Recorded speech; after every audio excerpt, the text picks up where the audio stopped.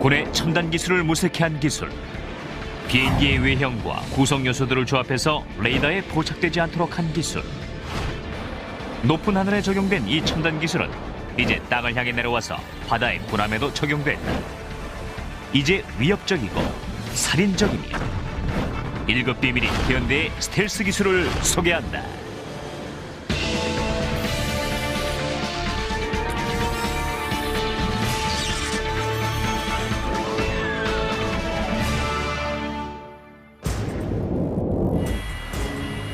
매끈한 몸매, 치명적이면서 강력한 FA-21 랩터는 스텔스 기술의 새 장을 열고 있으며 1990년대 이후 공중전의 양상을 바꾼 혁신적인 개념이 됐다.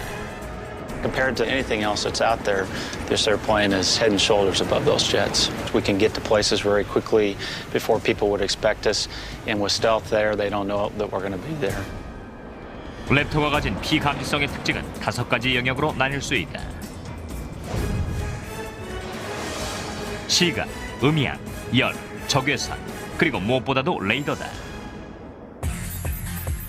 전파 감지라는 뜻을 가진 레이더는 극초단파를 발신시켜서 물체의 위치를 파악해낸다. 전파가 물체에 반사되어 되돌아온 시간을 측정함으로써 물체의 위치, 속도, 그리고 크기를 파악해낸다. 레이더에 감지될 확률을 줄이는 최선의 방법은 RCS, 즉 레이더의 닿는 면을 최소화할 수 있는 비행기를 만드는 것이다. RCS를 줄이는 법은 기본적으로 2가지다. 하나는 레이더가 되돌아가지 않고 굴절되도록 기체의 외관을 특수한 모양으로 만드는 것이다. 이를 위해 초기 스텔스기의 외관은 평면이었다. 최근 것은 외형이 곡면이다. 레이더 피감지율을 최소화하는 2번째 방법은 기체에 특수 재질을 입히는 것이다. 이러한 재질은 레이더 전파를 반사하는 대신 흡수하거나 가둔다.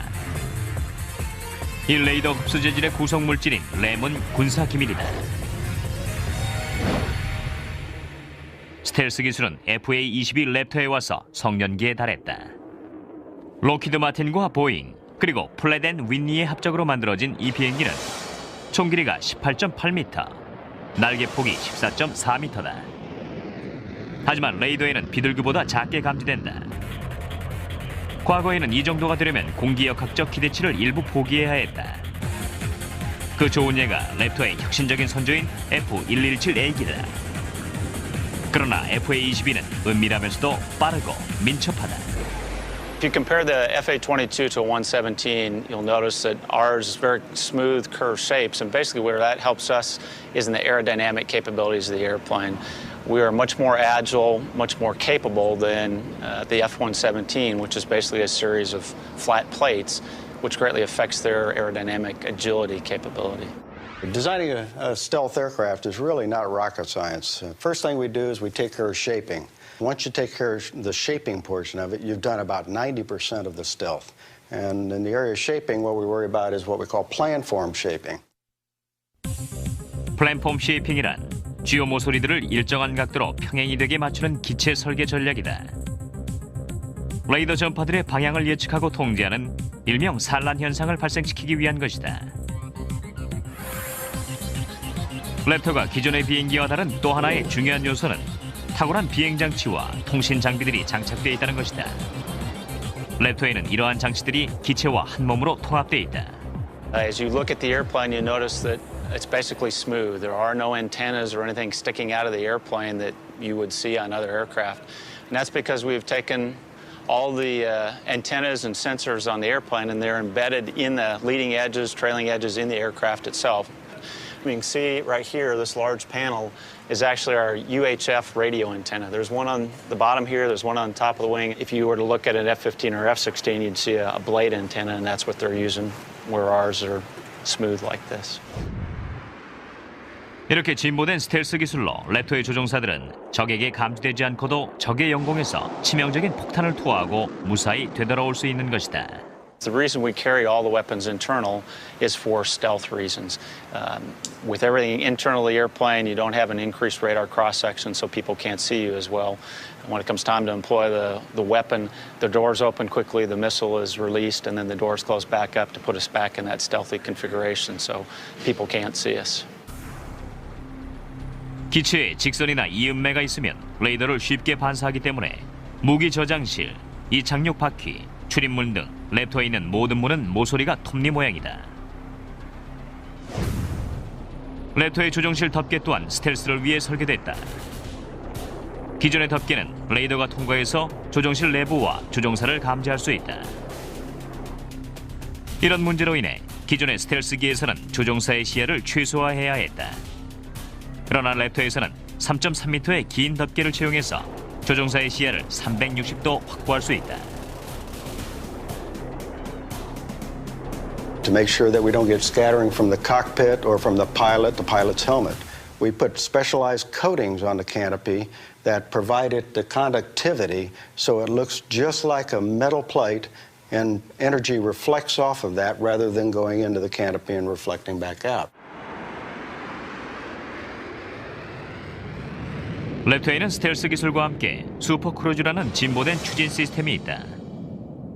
중량 대비 추진력이 향상된 이 새로운 엔진을 통해 랩터는 추가적인 제연소 장치 없이 음속의 속도로 더 오랫동안 비행할 수 있다. 과거 초기의 제트 전투기는 항공모함에서의 이륙이나 음속 비행을 위해 급가속이 필요할 때 제연소 장치를 사용했다. Typically, when we go into an afterburner mode on a jet engine, that's accomplished by effectively just squirting jet fuel into the exhaust system and lighting it off. We don't need to do that to be able to go super cruise. 슈퍼크루즈를 통해 랩터는 어떤 제트기보다 빨리, 더 멀리, 더 오래 비행할 수 있다.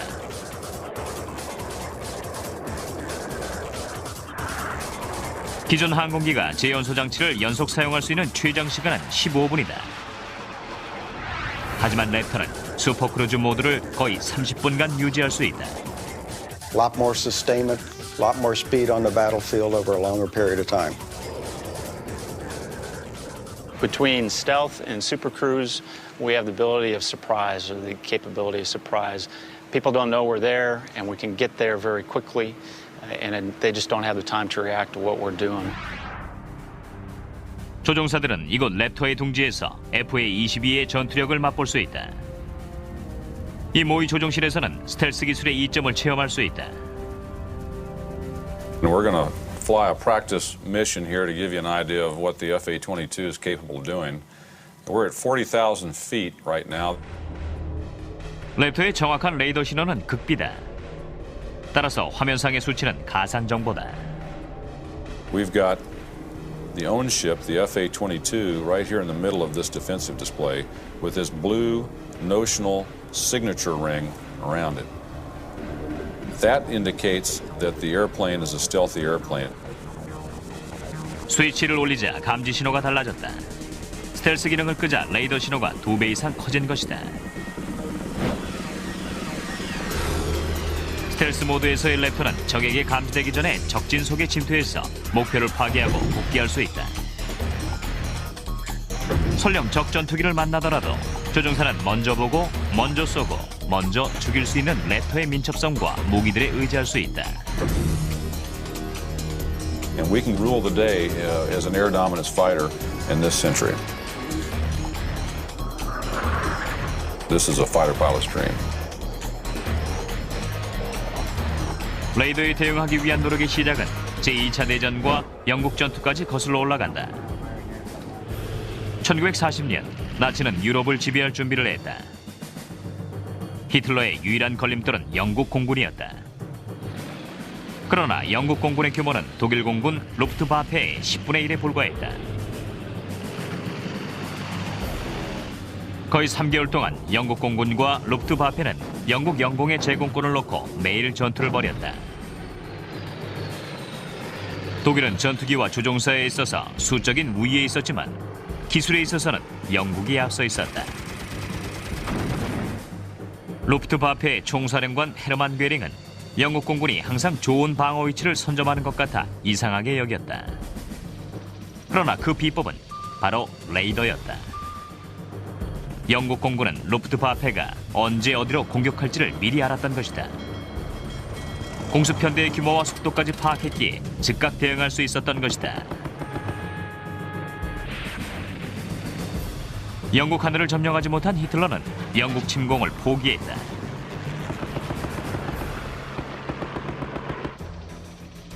(2차) 대전 이후로는 적 레이더의 감지를 피해 전투기로 공격하는 것은 거의 불가능해졌다. 1950년대 말 미국은 소련에 앞서 있던 레이더와 미사일 기술을 배웠다. U-2 정찰기가 소련 상공을 비행하면서 새로운 시대가 열렸다. The U-2 was one of the great advances in aircraft technology. It was an incredible leap in an ability to fly over an enemy's territory, fly above his ability to see you on radar, fly above his ability to employ fighters against you at a key moment in the Cold War. 그러나 1960년 5월 1일 프란시스 게리 파우스가 조종하는 U-2가 소련의 지대공 미사일에 격추됐다. 미사일에 의해 항공기가 격추된 최초의 사건이었다. 파우스는 살아남았지만 그로 인해 모스크바에서 간첩 판결을 받았다. 그렇게 U-2의 비행은 중단됐다.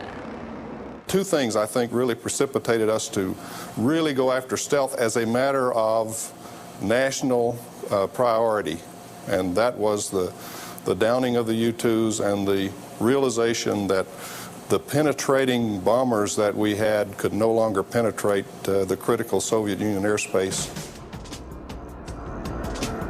소련은 레이더와 지대공 미사일 기술이 발달돼 있었다.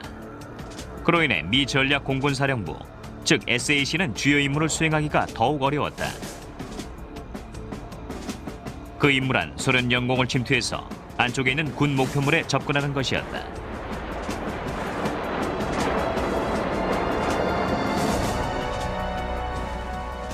미 국방부는 만약 소련이 미 공군의 공격을 더 이상 두려워하지 않고 보복하려고 한다면 핵폭탄으로 공격해올 것이라 생각했다. 소련의 레이더 방어를 무력화시키고 힘의 균형을 이루게 해줄 전술과 전투기 개발이 미국의 최우선 과제가 됐다. In the 1970s, you had the Air Force saying, we want a capability to be able to go into a hostile area without radar seeing us. 미 공군은 국방부 산하의 국방고등연구기획국, 즉 다파와 합동으로 특별 프로젝트를 시작했다. 이들은 군용기 제작사들에게 레이더 피감지 신호를 최소화한 비행기 시안을 제출하도록 요청했다. 역설적이게도 이 경쟁 입찰에 참가 요청을 받지 않은 한 회사가 항공기 산업 최고의 비밀 두뇌가 됐다. 록히드 스컹크 웍스였다. 스컹크 웍스란 당시 리 레브너의 연재 만화에 나오는 냄새 고약한 밀주의 이름이었다. 스컹크 웍스는 U-2 정찰기와 같은 고성능 항공기를 만드는 탁월한 제작사라는 평판을 얻고 있었다. We were not asked to participate. Basically, they went to the fighter houses of the day. People had fighters in production. We didn't. We were not currently building a fighter. So we were not in the ballgame, so to speak. 그러나 그들에겐 비밀이 있었다. 그들의 1급 고객인 중앙정보국, 즉 CIA를 위해 피감지율 저감 기술에 이미 투자해왔던 것이다. 놀랍게도 CIA는 1950년대에 고성능 정찰기가 있는 자체 공군을 보유했다. 이 고성능 정찰기는 SR-71 블랙버드였다. 24,000m 상공에서 시속 3,200km 이상의 속도로 날 수 있는 비행기였다. 또한 레이더도 피할 수 있었다. 그러기 위해 양날개와 꼬리 그리고 동체에 레이더 에너지를 흡수하는 특수 합성 물질과 아철산염을 입혔고 날개의 암모서리는 레이더를 흡수하는 특수 구조, 즉 RAS로 만들었다.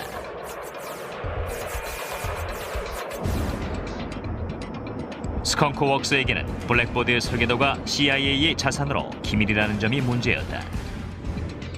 그러나 스컹크 웍스의 수장 벤 리치는 끈질긴 설득 끝에 CIA로부터 비밀 공개 승낙을 얻어냈다. 록히드는 스텔스 기술 경쟁 입찰에 참여하도록 허락을 받았다. 이제 스컹크 웍스는 투명 비행기를 만들기만 하면 됐다. 다행히 그 가능성을 본 사람이 있었다.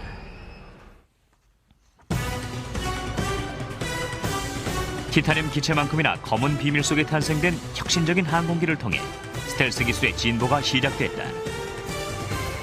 F117 라이트 호크가 스텔스 기술에 미친 영향은 먼 옛날 라이트 형제의 영향력에 견줄만 했다. From a historical standpoint, people are going to look back on the F-117, and it will certainly be a milestone. And it's just amazing to me that the thing was designed over 30 years ago, and it is still, bar none, the best out there at what it does. And you need somebody to go in and provide precision munitions. There's nobody else to call, in my opinion, other than the F-117. 록히드 스컹크웍스가 개발한 F117은 실전에서 실험된 최초의 스텔스기였다. 1989년 12월 19일 나이트호크 8대가 파나마를 침공하는 일명 대의명분 작전에 참가했다. 그러나 이 전투기에 대중이 주목하게 된 작전은 1991년의 사막의 폭풍이었다. 약 1300회의 공습 중에 총 목표물의 40%를 제거하는 데 기여했다. 수백 대에 이르는 반군의 대공포와 지대공 미사일에도 불구하고 스텔스기의 피해는 단 한 대도 없었다. 보이지 않는 대상을 공격할 수 없었던 것이다.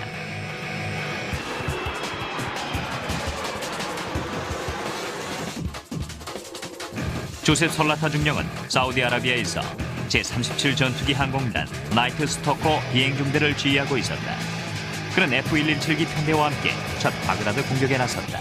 We sort of believed in stealth technology, but we hadn't really proven it at the time. I mean, we had done it in radar tests and so forth, but never in actual combat when there were actual bullets flying at you. So there was probably just a little bit of nervousness there until we saw what happened on the first night, and we saw how successful we really could be, and saw that the Skunk Works really did design a great stealth airplane. F117 편대는 사담 후세인의 주요 지휘센터들과 조직적인 방공 시스템 그리고 주요 통신 시설들을 파괴했다.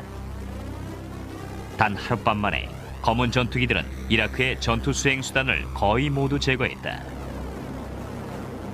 We had mission success rates that were unprecedented. You could almost guarantee that a target was going to be taken out by a stealth as long as we didn't have problems with weather or maintenance on our aircraft or something like that. As long as we got to the target, we had a very high success rate of killing that target. 이 신비한 검은 전투기는 전 세계 군수 내부와 정부에 큰 파장을 불러일으켰다. 세계의 모든 레이더 시스템이 스텔스 앞에선 무용지물이기 때문이었다. This really changes the nature of warfare. To be able to go into a foreign country, be able to destroy a target without them even knowing you're there until the target's destroyed. They didn't know we destroyed those targets. They didn't know these planes were in country until there was smoke over Baghdad. 12년 후 이라크의 자유작전에서 F117은 또다시 하늘을 제패했다. As far as what was it like to fly the stealth in Operation Iraqi Freedom, well, I'll be honest, I was a little bit nervous the first night. And so you rely on your training, and everything just kind of starts to flow, just like a normal type of sortie. Throughout that whole campaign of over 100 sorties and 500 or 600 hours of flying, aircraft never took a scratch, and we were able to have about a 92% hit rate. Every combat mission that I flew in OIF, I never felt like I was being tracked, and I think from that standpoint, LO paid for itself right there. You can get in there and get out and get your job done. F117의 실전에서의 성공은 모든 피감지율 저감 기술의 기준이 되었다. 이러한 비행기의 기원은 미 국방부가 군용기 제작사들에게 레이더 피감지율을 낮춘 전투기 설계를 요청했던 70년대 초로 거슬러 올라간다. 가장 탁월한 설계안을 낸 제작사가 암호명 해브블루라는 시연 비행기 제작 계약을 따른 것이었다. 1975년 데니스 오버홀즈는 전자기적인 문제를 전문적으로 다루는 36세 소프트웨어 설계자였다. 5월 초 스컹크웍스의 프로젝트 책임자 딕 슈러가 그에게 흥미로운 문제 해결을 요청했다.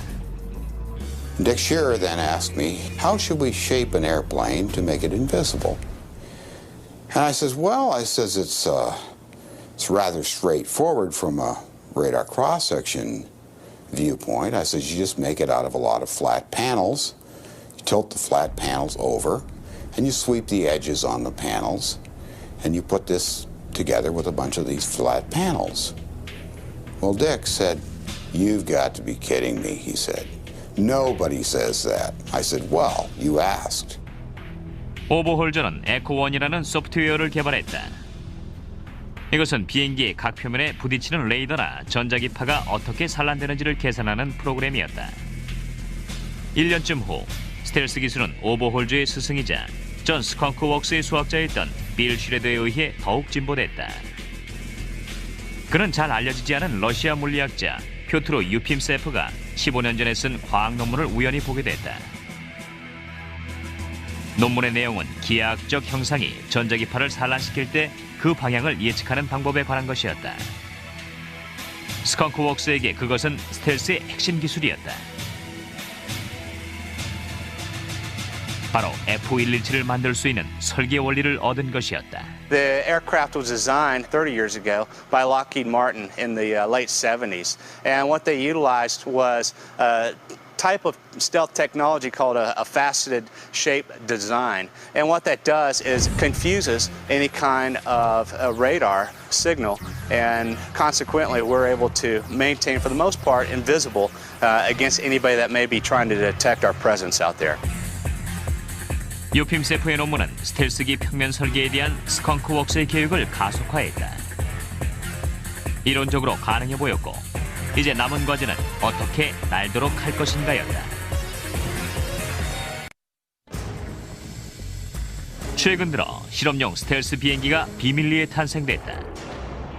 2002년 10월 보잉사는 1992년부터 1999년까지 진행됐던 1급 비밀 프로젝트인 버드 오브 프레이를 공개했다. 당시 실험 단계였던 이 기술은 지금 표준이 됐다. 최근에 공개된 두 개의 1급 비밀 프로젝트로는 스텔스 헬기인 RAH-66 코만치와 무인 정찰기인 다크스타가 있다. 그러나 어떠한 항공기도 F117만큼 극비리에 개발된 것은 없었다. 스텔스 기술에 주력했던 70년대 중반, 록히드 마틴은 야심찬 설계에 돈을 투자했다. 스컹크웍스의 디자이너들은 모든 면이 평면인 비행기의 모형을 제작했다.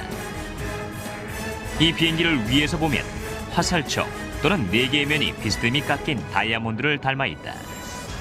My good friend Dick Cantrell was head of aerodynamics, and of course, as one might expect, when Dick first saw some of the stealth designs we were coming up with, specifically our first diamond-shaped object, which he named the Hopeless Diamond, he had some serious doubts about it, and he came to me in kind of a confidence off to the side one day, and he said to me, Dennis, is this really as low a cross-section as you're claiming? And I said, yes, it is. Dick thought for a moment, and then he says, well, he says, in that case, he says, we'll teach it to fly. 1976년, 록히드는 3m짜리 비행기 모형을 공군의 레이더 실험장으로 가져갔다.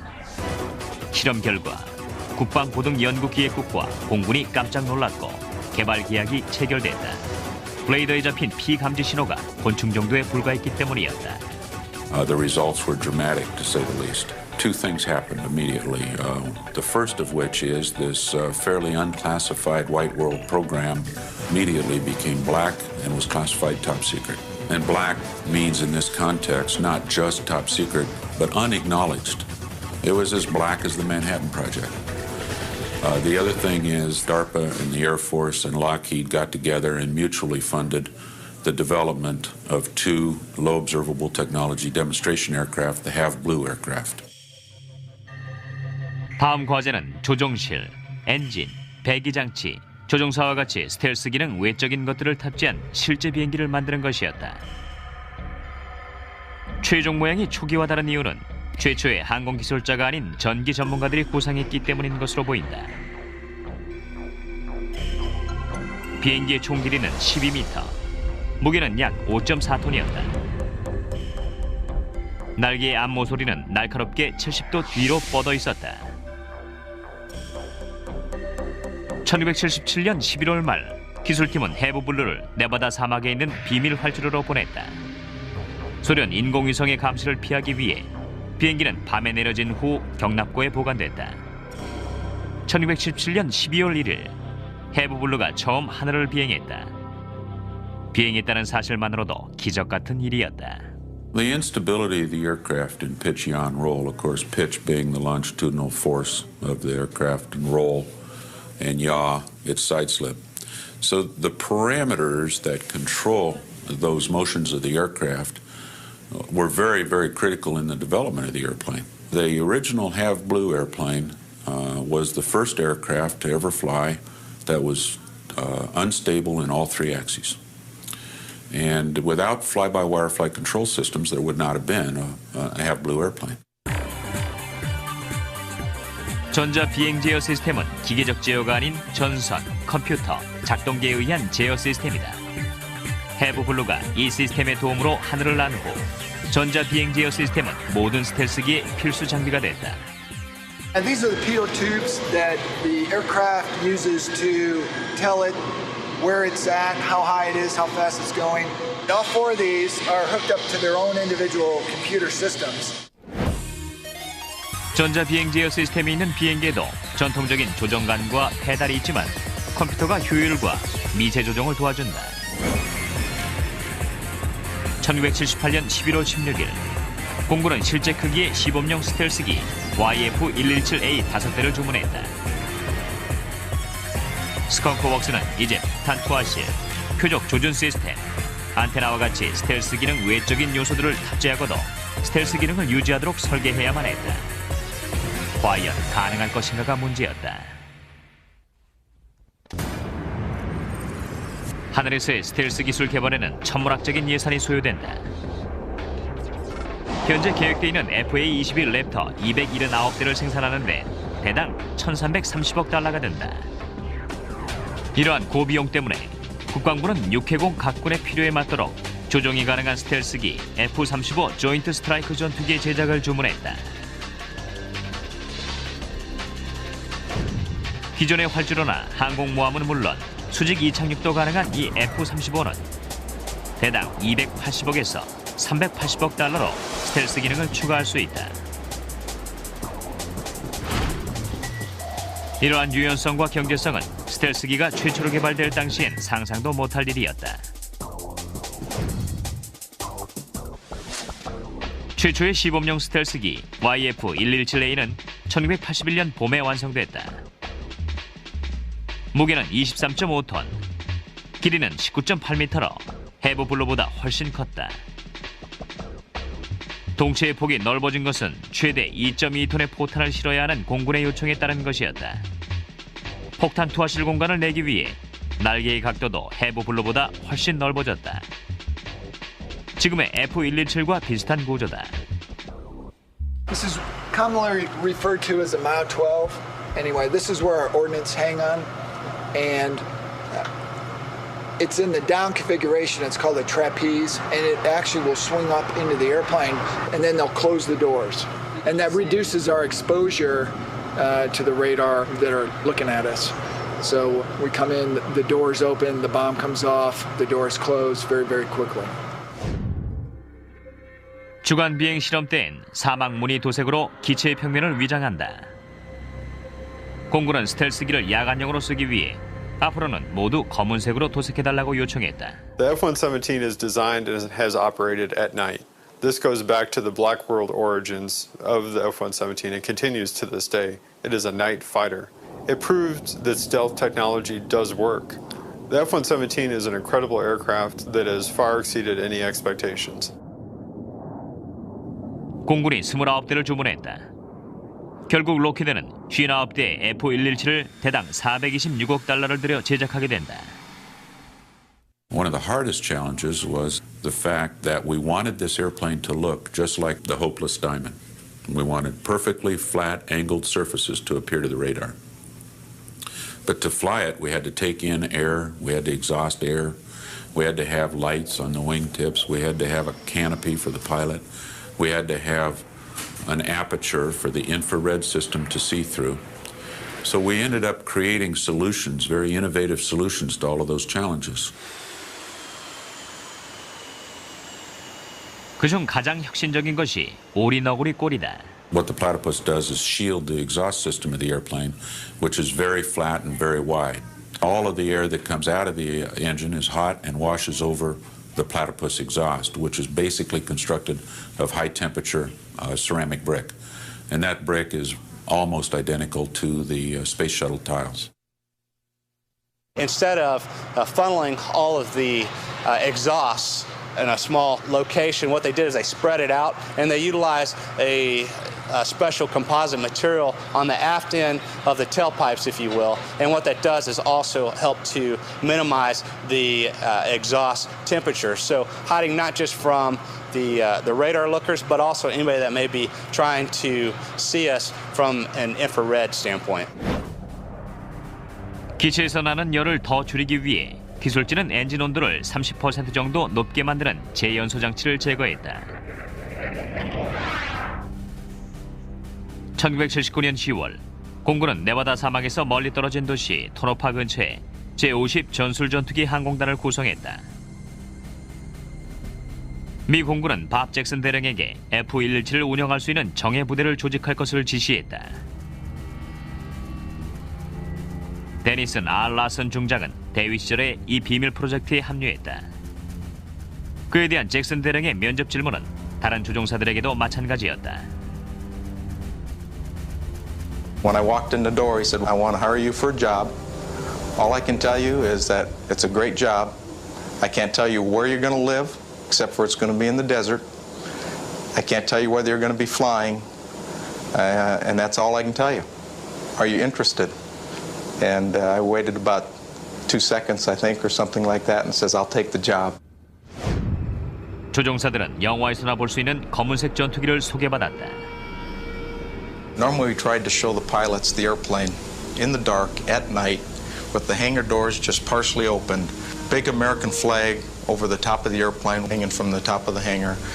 And your heart just kind of got up into your throat. 보안상의 이유로 조종사들은 초기 6년 동안 낮에는 잠을 자고 밤에만 비행해야 했다. The people who worked on that fighter when it was still in the black world referred to this as the vampire convention because they would have to rush home, get the aircraft in the hangar, and be back by sunrise. F-117A는 1988년 11월 10일에 비밀의 회의를 벗었다. 당시 국방부는 일부러 흐릿한 사진을 공개했다. 12일 후 대중은 또 다른 1급 비밀 스텔스기였던 B-2 폭격기의 모습을 처음 보게 됐다. B-2 개발의 시작은 그로부터 7년 전이었다. 1981년에 개발이 시작된 것은 장거리 비행이 가능하며 큰 짐을 싣고 적 방공 시스템을 뚫을 수 있는 비행기 제작 경쟁 입찰을 노드롭사가 따내면서부터였다. 이것이 바로 스텔스 폭격기다.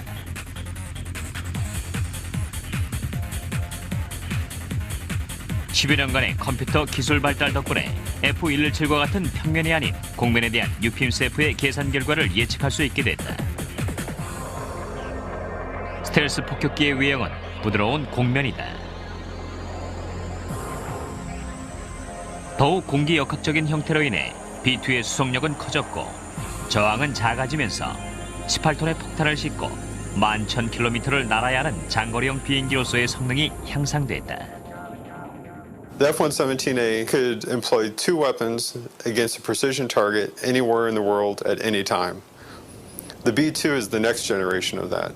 And you've gone from being able to destroy 2 targets to destroying up to 16 targets at one time. 노드롭서의 설계 특징인 커다란 비행 날개는 전설적인 회사 창립자 잭 노드롭이 30년 전에 고안한 공기역학적 개념이다. 1940년대 말 노드롭은 거대한 4개 엔진을 단 폭격기 B-35와 제트 추진의 YB-49를 제작한 바 있다. 그러나 당시의 제어 시스템이 폭탄 거치대로서의 날개를 안정적으로 제어하지 못해 정부가 관심을 두지 않았다.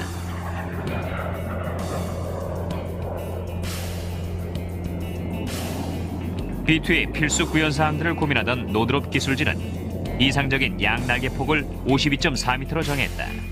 과거 잭 노드롭의 날개 폭과 같은 수치다.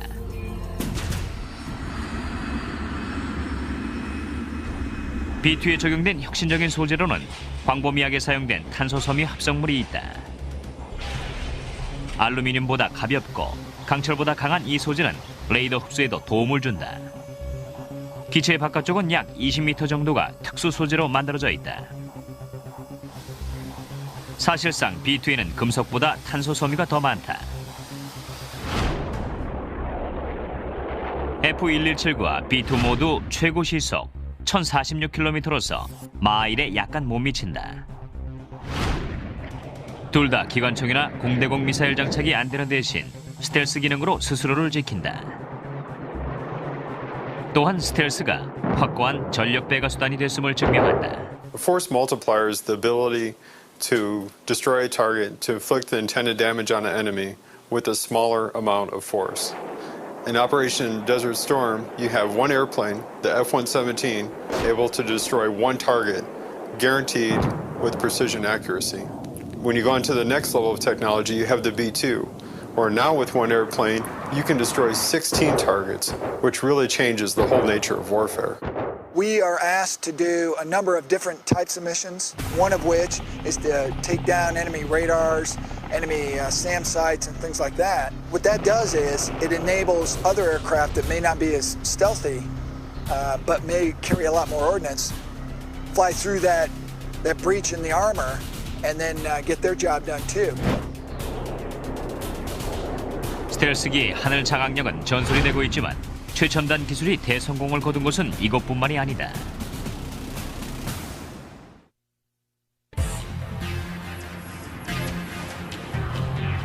F117이 여전히 급기였던 1980년대 중반, 스텔스 기능을 가진 최초의 배가 탄생됐다. 이것이 시시에도우다. 해군의 시스템 사령부를 위해 록히드 마틴이 만든 이 배의 레이더 피감지 신호는 나룻배 정도에 불과했다. One of the most characteristic things about this ship is its faceted hull. Everything is at an angle. Nothing presents a flat, broadside view anywhere. 시시에도우는 바다에서 움직이기 때문에 레이더뿐만 아니라 제2의 감지 시스템인 소나에도 대비해야 한다.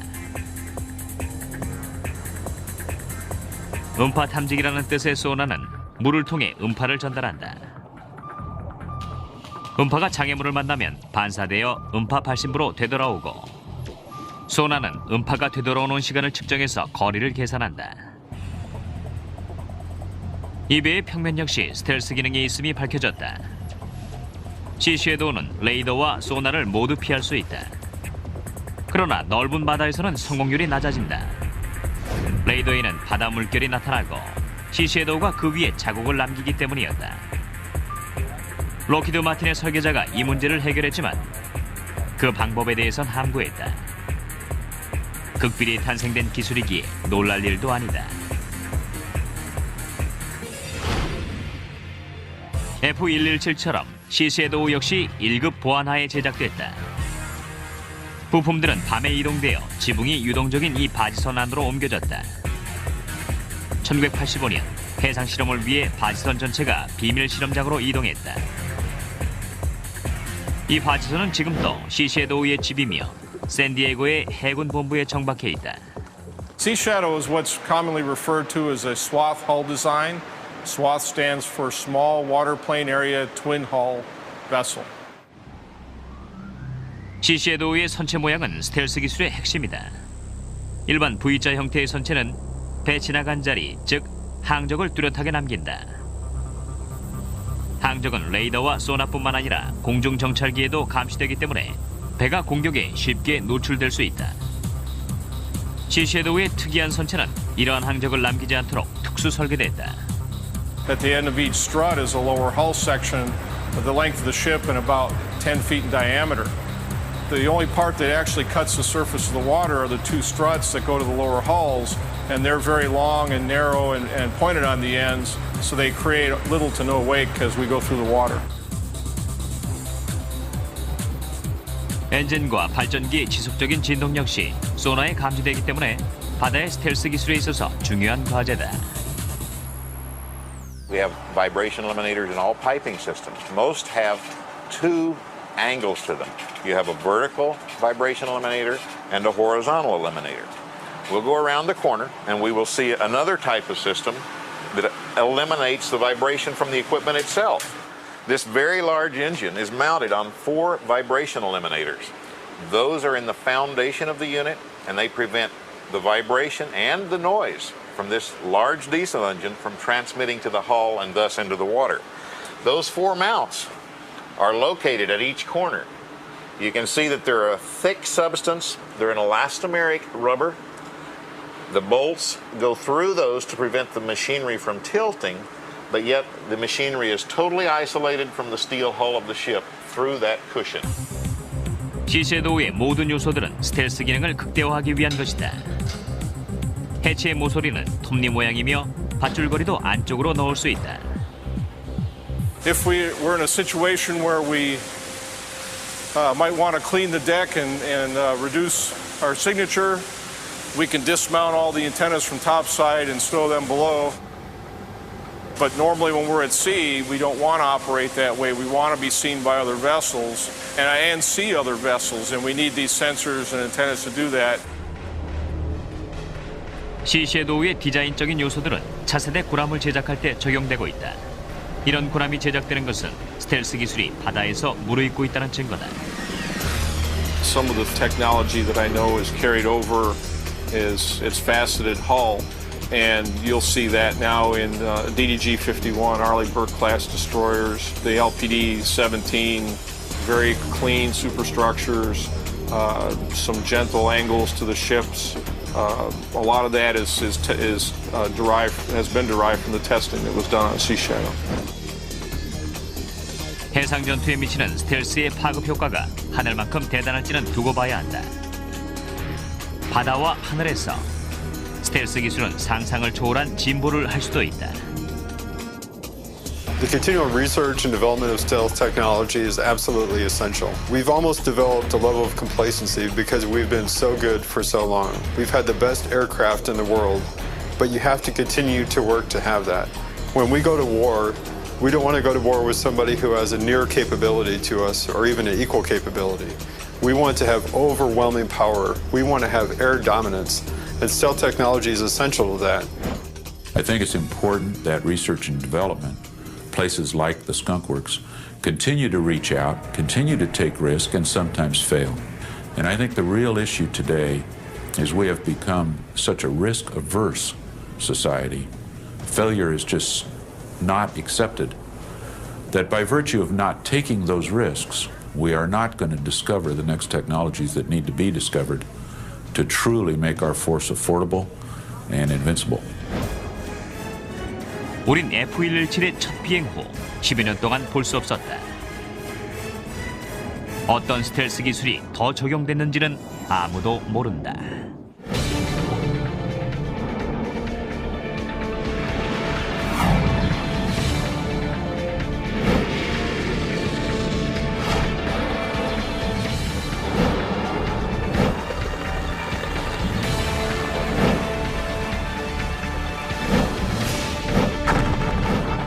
In the leading edges, trailing edges in the aircraft itself. You can see right here, this large panel is actually our UHF radio antenna. There's one on the bottom here, there's one on top of the wing. If you were to look at an F-15 or F-16, you'd see a blade antenna, and that's what they're using, where ours are smooth like this. 이렇게 진보된 스텔스 기술로 랩터의 조종사들은 적에게 감지되지 않고도 적의 영공에서 치명적인 폭탄을 투하하고 무사히 되돌아올 수 있는 것이다. The reason we carry all the weapons internal is for stealth reasons. With everything internal to the airplane, you don't have an increased radar cross-section, so people can't see you as well. And when it comes time to employ the weapon, the doors open quickly, the missile is released, and then the doors close back up to put us back in that stealthy configuration, so people can't see us.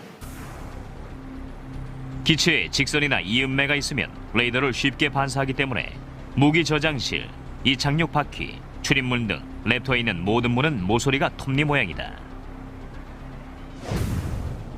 랩터의 조종실 덮개 또한 스텔스를 위해 설계됐다. 기존의 덮개는 레이더가 통과해서 조종실 내부와 조종사를 감지할 수 있다. 이런 문제로 인해 기존의 스텔스기에서는 조종사의 시야를 최소화해야 했다. 그러나 랩터에서는 3.3m의 긴 덮개를 채용해서 조종사의 시야를 360도 확보할 수 있다. to make sure that we don't get scattering from the cockpit or from the pilot's helmet. We put specialized coatings on the canopy that provide it the conductivity so it looks just like a metal plate, and energy reflects off of that rather than going into the canopy and reflecting back out. 랩터에는 스텔스 기술과 함께 슈퍼크루즈라는 진보된 추진 시스템이 있다. 중량 대비 추진력이 향상된 이 새로운 엔진을 통해 랩터는 추가적인 제연소 장치 없이 음속의 속도로 더 오랫동안 비행할 수 있다. 과거 초기의 제트 전투기는 항공모함에서의 이륙이나 음속 비행을 위해 급가속이 필요할 때 제연소 장치를 사용했다. Typically, when we go into an afterburner mode on a jet engine, that's accomplished by effectively just squirting jet fuel into the exhaust system and lighting it off. We don't need to do that to be able to go super cruise. 슈퍼크루즈를 통해 랩터는 어떤 제트기보다 빨리, 더 멀리, 더 오래 비행할 수 있다.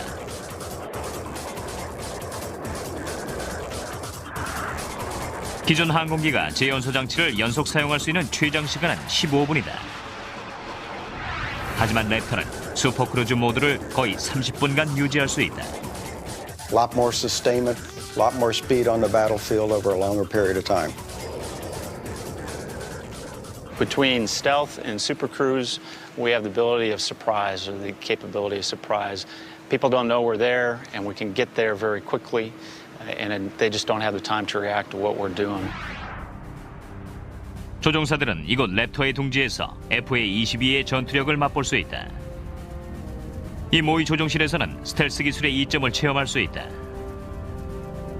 We're going to fly a practice mission here to give you an idea of what the FA-22 is capable of doing. We're at 40,000 feet right now. 랩터의 정확한 레이더 신호는 극비다. 따라서 화면상의 수치는 가상 정보다. We've got the own ship, the FA-22, right here in the middle of this defensive display with this blue notional signature ring around it.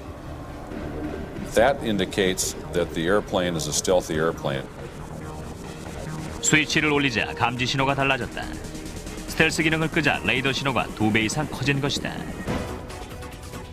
미 공군은 국방부 산하의 국방고등연구기획국, 즉 다파와 합동으로 특별 프로젝트를 시작했다. 이들은 군용기 제작사들에게 레이더 피감지 신호를 최소화한 비행기 시안을 제출하도록 요청했다. 역설적이게도 이 경쟁 입찰에 참가 요청을 받지 않은 한 회사가 항공기 산업 최고의 비밀 두뇌가 됐다. 록히드 스컹크웍스였다. 스컹크웍스란 당시 리 레브너의 연재 만화에 나오는 냄새 고약한 밀주의 이름이었다. 스컹크웍스는 U-2 정찰기와 같은 고성능 항공기를 만드는 탁월한 제작사라는 평판을 얻고 있었다. We were not asked to participate. Basically, they went to the fighter houses of the day. People had fighters in production. We didn't. We were not currently building a fighter. So we were not in the ball game, so to speak. 그러나 그들에겐 비밀이 있었다. 그들의 1급 고객인 중앙정보국, 즉 CIA를 위해 피감지율 저감 기술에 이미 투자해왔던 것이다. 놀랍게도 CIA는 1950년대에 고성능 정찰기가 있는 자체 공군을 보유했다. 이 고성능 정찰기는 SR-71 블랙버드였다. 24,000m 상공에서 시속 3,200km 이상의 속도로 날 수 있는 비행기였다. 또한 레이더도 피할 수 있었다.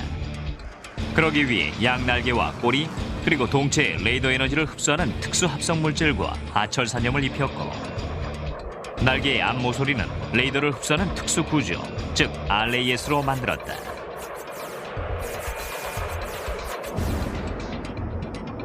스컹크웍스에게는 블랙버드의 설계도가 CIA의 자산으로 기밀이라는 점이 문제였다.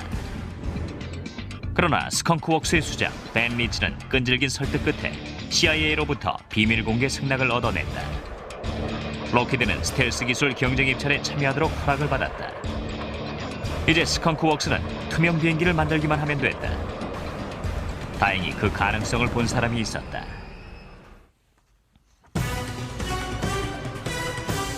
티타늄 기체만큼이나 검은 비밀 속에 탄생된 혁신적인 항공기를 통해 스텔스 기술의 진보가 시작됐다. F-117 라이트호크가 스텔스 기술에 미친 영향은 먼 옛날 라이트 형제의 영향력에 견줄만 했다. From a historical standpoint, people are going to look back on the F-117, and it will certainly be a milestone. And it's just amazing to me that the thing was designed over 30 years ago, and it is still, bar none, the best out there at what it does. And you need somebody to go in and provide precision munitions. There's nobody else to call, in my opinion, other than the F-117. 록히드 스컹크웍스가 개발한 F-117은 실전에서 실험된 최초의 스텔스기였다. 1989년 12월 19일 나이트호크 8대가 파나마를 침공하는 일명 대의명분 작전에 참가했다. 그러나 이 전투기의 대중이 주목하게 된 작전은 1991년의 사막의 폭풍이었다. 약 1,300회의 공습 중에 총 목표물의 40%를 제거하는 데 기여했다. 수백 대에 이르는 반군의 대공포와 지대공 미사일에도 불구하고 스텔스기의 피해는 단 한 대도 없었다. 보이지 않는 대상을 공격할 수 없었던 것이다.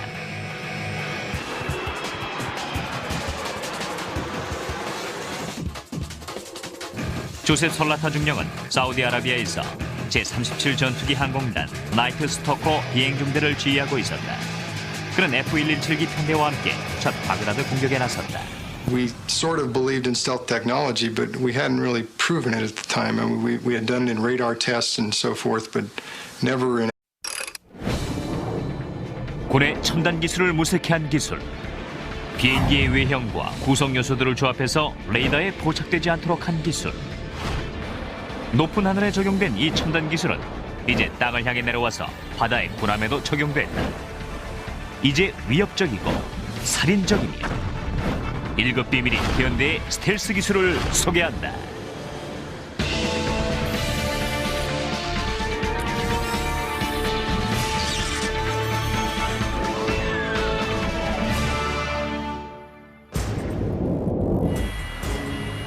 매끈한 몸매, 치명적이면서 강력한 FA-21 랩터는 스텔스 기술의 새 장을 열고 있으며 1990년대 이후 공중전의 양상을 바꾼 혁신적인 개념이 됐다. Compared to anything else that's out there, this airplane is head and shoulders above those jets. We can get to places very quickly before people would expect us, and with stealth there, they don't know that we're going to be there. 랩터가 가진 피감지성의 특징은 5가지 영역으로 나뉠 수 있다. 시각, 음향, 열, 적외선, 그리고 무엇보다도 레이더다. 전파 감지라는 뜻을 가진 레이더는 극초단파를 발신시켜서 물체의 위치를 파악해낸다. 전파가 물체에 반사되어 되돌아온 시간을 측정함으로써 물체의 위치, 속도, 그리고 크기를 파악해낸다. 레이더에 감지될 확률을 줄이는 최선의 방법은 RCS, 즉 레이더에 닿는 면을 최소화할 수 있는 비행기를 만드는 것이다. RCS를 줄이는 법은 기본적으로 2가지다. 하나는 레이더가 되돌아가지 않고 굴절되도록 기체의 외관을 특수한 모양으로 만드는 것이다. 이를 위해 초기 스텔스기의 외관은 평면이었다. 최근 것은 외형이 곡면이다. 레이더 피감지율을 최소화하는 2번째 방법은 기체에 특수 재질을 입히는 것이다. 이러한 재질은 레이더 전파를 반사하는 대신 흡수하거나 가둔다. 이 레이더 흡수 재질의 구성 물질인 램은 군사 기밀이다. 스텔스 기술은 FA-22 랩터에 와서 성년기에 달했다. 록히드 마틴과 보잉, 그리고 플랫 앤 윈니의 합작으로 만들어진 이 비행기는 총 길이가 18.8m, 날개 폭이 14.4m다. 하지만 레이더에는 비둘기보다 작게 감지된다. 과거에는 이 정도가 되려면 공기역학적 기대치를 일부 포기해야 했다. 그 좋은 예가 랩터의 혁신적인 선조인 F-117A기다. 그러나 FA-22는 은밀하면서도 빠르고 민첩하다. If you compare the FA-22 to a 117, you'll notice that ours is very smooth, curved shapes, and basically where that helps us is in the aerodynamic capabilities of the airplane. We are much more agile, much more capable than the F-117, which is basically a series of flat plates. which greatly affects their aerodynamic agility capability. Designing a stealth aircraft is really not rocket science. First thing we do is we take care of shaping. Once you take care of the shaping portion of it, you've done about 90% of the stealth. And in the area of shaping, what we worry about is what we call planform shaping. 플랫폼 쉐이핑이란 주요 모서리들을 일정한 각도로 평행이 되게 맞추는 기체 설계 전략이다. 레이더 전파들의 방향을 예측하고 통제하는 일명 산란 현상을 발생시키기 위한 것이다. 랩터가 기존의 비행기와 다른 또 하나의 중요한 요소는 탁월한 비행 장치와 통신 장비들이 장착되어 있다는 것이다. 랩터에는 이러한 장치들이 기체와 한 몸으로 통합되어 있다. As you look at the airplane, you notice that it's basically smooth. There are no antennas or anything sticking out of the airplane that you would see on other aircraft. And that's because we've taken all the antennas and sensors on the airplane and they're embedded. 스텔스 모드에서의 랩터는 적에게 감지되기 전에 적진 속에 침투해서 목표를 파괴하고 복귀할 수 있다. 설령 적 전투기를 만나더라도 조종사는 먼저 보고, 먼저 쏘고, 먼저 죽일 수 있는 랩터의 민첩성과 무기들에 의지할 수 있다. And we can rule the day as an air dominance fighter in this century. This is a fighter pilot's dream. 레이더에 대응하기 위한 노력의 시작은 제2차 대전과 영국 전투까지 거슬러 올라간다. 1940년 나치는 유럽을 지배할 준비를 했다. 히틀러의 유일한 걸림돌은 영국 공군이었다. 그러나 영국 공군의 규모는 독일 공군 루프트바페의 10분의 1에 불과했다. 거의 3개월 동안 영국 공군과 루프트바페는 영국 영공의 제공권을 놓고 매일 전투를 벌였다.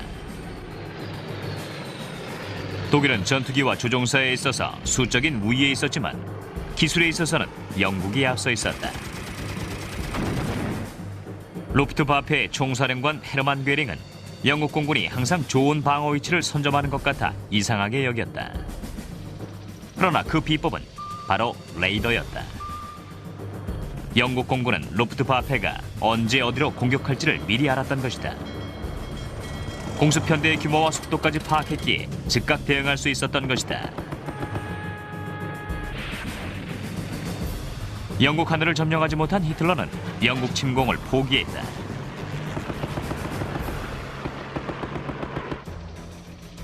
(2차) 대전 이후로는 적 레이더의 감지를 피해 전투기로 공격하는 것은 거의 불가능해졌다. 1950년대 말 미국은 소련에 앞서 있던 레이더와 미사일 기술을 배웠다. U-2 정찰기가 소련 상공을 비행하면서 새로운 시대가 열렸다. The U-2 was one of the great advances in aircraft technology. It was an incredible leap in an ability to fly over an enemy's territory, fly above his ability to see you on radar, fly above his ability to employ fighters against you at a key moment in the Cold War.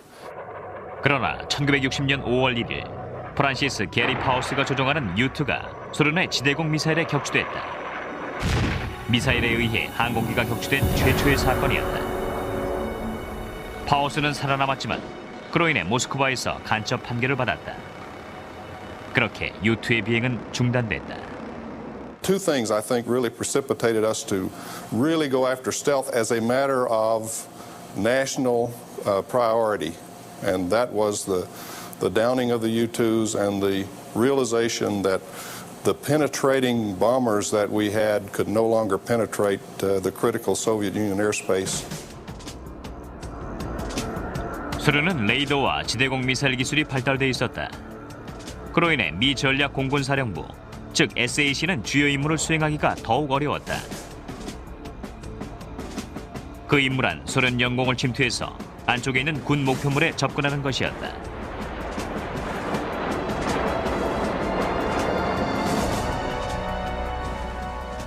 미 국방부는 만약 소련이 미 공군의 공격을 더 이상 두려워하지 않고 보복하려고 한다면 핵폭탄으로 공격해올 것이라 생각했다. 소련의 레이더 방어를 무력화시키고 힘의 균형을 이루게 해줄 전술과 전투기 개발이 미국의 최우선 과제가 됐다. In the 1970s, you had the Air Force saying, we want a capability to be able to go into a hostile area without radar seeing us. Actual combat when there were actual bullets flying at you. So there was probably just a little bit of nervousness there until we saw what happened on the first night, and we saw how successful we really could be, and saw that the Skunk Works really did design a great stealth airplane. F-117 편대는 사담 후세인의 주요 지휘센터들과 조직적인 방공 시스템, 그리고 주요 통신 시설들을 파괴했다. 단 하룻밤 만에 검은 전투기들은 이라크의 전투 수행 수단을 거의 모두 제거했다. We had mission success rates that were unprecedented. You could almost guarantee that a target was going to be taken out by a stealth as long as we didn't have problems with weather or maintenance on our aircraft or something like that. As long as we got to the target, we had a very high success rate of killing that target. 이 신비한 검은 전투기는 전 세계 군수 내부와 정부에 큰 파장을 불러일으켰다. 세계의 모든 레이더 시스템이 스텔스 앞에선 무용지물이기 때문이었다. This really changes the nature of warfare. To be able to go into a foreign country, be able to destroy a target without them even knowing you're there until the target's destroyed. They didn't know we destroyed those targets. They didn't know these planes were in country until there was smoke over Baghdad. 12년 후 이라크의 자유작전에서 F-117은 또다시 하늘을 제패했다. As far as what was it like to fly the stealth in Operation Iraqi Freedom, well, I'll be honest, I was a little bit nervous the first night. And so you rely on your training, and everything just kind of starts to flow, just like a normal type of sortie. Throughout that whole campaign of over 100 sorties and 500 or 600 hours of flying, aircraft never took a scratch, and we were able to have about a 92% hit rate. Every combat mission that I flew in OIF, I never felt like I was being tracked. And I think from that standpoint, LO, paid for itself right there. You can get in there and get out and get your job done. F-117의 실전에서의 성공은 모든 피감지율 저감 기술의 기준이 되었다. 이러한 비행기의 기원은 미 국방부가 군용기 제작사들에게 레이더 피감지율을 낮춘 전투기 설계를 요청했던 70년대 초로 거슬러 올라간다. 가장 탁월한 설계안을 낸 제작사가 암호명 해브블루라는 시연 비행기 제작 계약을 따른 것이었다. 1975년 데니스 오버홀저는 전자기적인 문제를 전문적으로 다루는 36세의 소프트웨어 설계자였다. 5월 초 스컹크웍스의 프로젝트 책임자 딕 슈러가 그에게 흥미로운 문제 해결을 요청했다. Dick Shearer then asked me, how should we shape an airplane to make it invisible? And I says, well, it's rather straightforward from a radar cross-section viewpoint. I says, you just make it out of a lot of flat panels. You tilt the flat panels over, and you sweep the edges on the panels, and you put this together with a bunch of these flat panels. Well, Dick said, you've got to be kidding me, he said. Nobody says that. I said, well, you asked. 오버홀저는 에코1이라는 소프트웨어를 개발했다. 이것은 비행기의 각 표면에 부딪히는 레이더나 전자기파가 어떻게 산란되는지를 계산하는 프로그램이었다. 1년쯤 후 스텔스 기술은 오버홀저의 스승이자 전 스컹크웍스의 수학자였던 빌 슈레더에 의해 더욱 진보됐다. 그는 잘 알려지지 않은 러시아 물리학자 표트로 유핌세프가 15년 전에 쓴 과학 논문을 우연히 보게 됐다. 논문의 내용은 기하학적 형상이 전자기파를 산란시킬 때 그 방향을 예측하는 방법에 관한 것이었다. 스컹크웍스